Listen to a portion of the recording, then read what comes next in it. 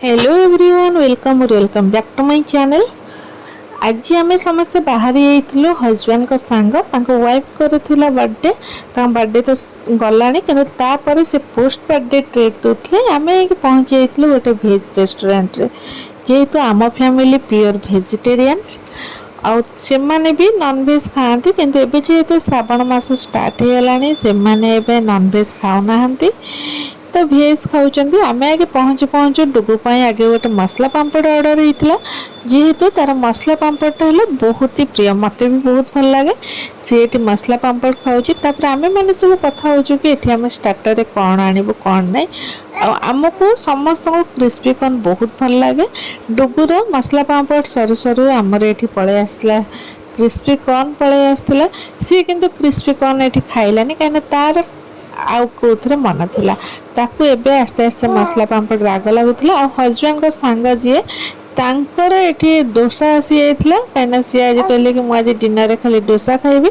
डुगु को राग सतरे नुह मिछरे राग लगी कहीं आइसक्रीम खाइबा बाहाना रे तापाई एठी पलि आसला चॉकलेट आइसक्रीम जोटा मते भी बहुत भल लगे मु भी ताठारो टिके टिके आइसक्रीम खाइली तो सी एठी आइसक्रीम खाइला ये डोसा खाउथिले तापर आम मानकर एबे मेन कोर्स पलि आसला आमर थिला बटर नान थिला गार्लिक नान थिला ता संगे थिला मशरूम चिली मशरूम थिला पनीर दो प्याज थिला आउ थिला गोभी मंचूरियन जेहेतु हजबैंड और डुगु खाती मशरूम से पनीर आसला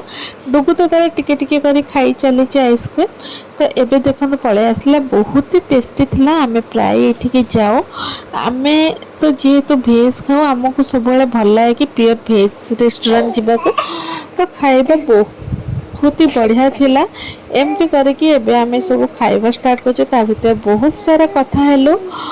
और कथा है कि खाऊलु ये हेले तांको वाइफ जार बर्थडे थिला आ मोर प्लेट को देखि पारथुबे